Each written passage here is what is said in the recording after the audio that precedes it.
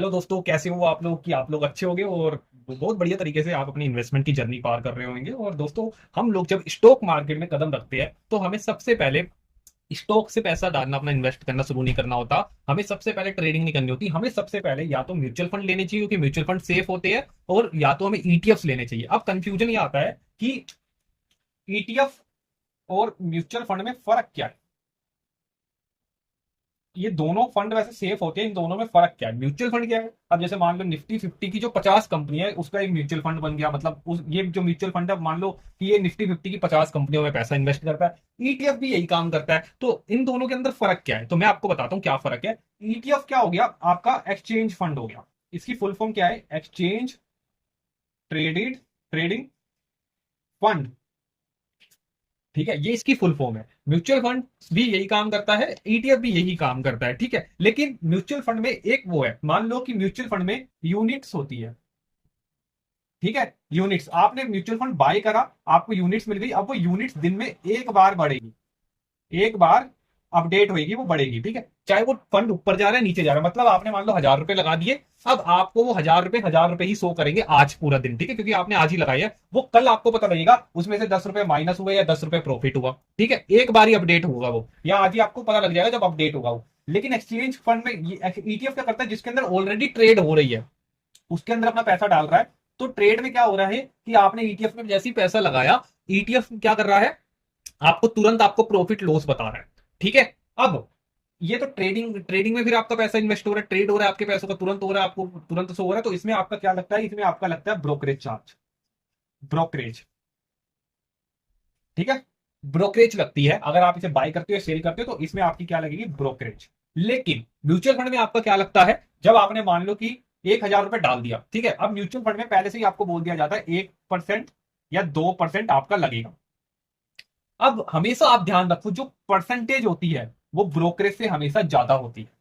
मान लो, आपको अभी ये बात पता नहीं लगेगा, मान लो कि आपने 2 साल तक अपना पैसा म्यूचुअल फंड में डाला और आपने 1 लाख रुपए या 2 लाख रुपए आपका हो गया। मान लो 2 लाख रुपए हो गया। ठीक है, अब 2 लाख रुपए को आपको सेल करना है। 2 लाख रुपए को आपको क्या करना है? सेल करना है। तो आपको हो सकता है कि 1% देना पड़े। अब 2 लाख का 1% कितना होता है? 2,000 रुपए, 2,000 रुपीज।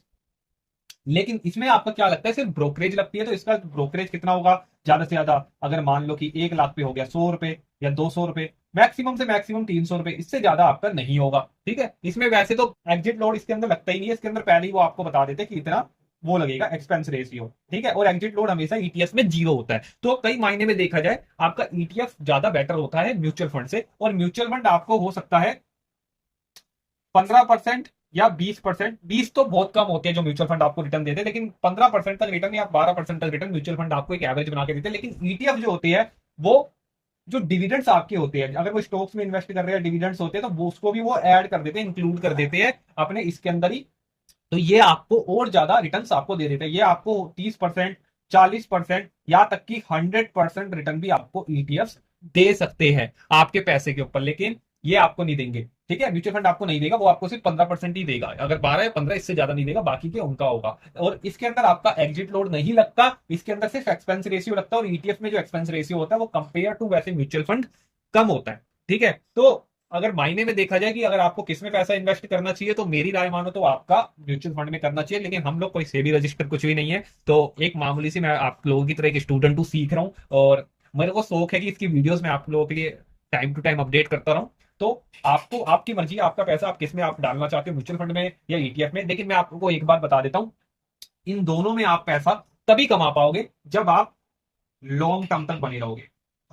ठीक है, दोनों में ही लॉन्ग टर्म की गेम है। कम से कम आपको इस दोनों के अंदर पेशेंस रखना पड़ेगा, मिनिमम 5 ईयर तक।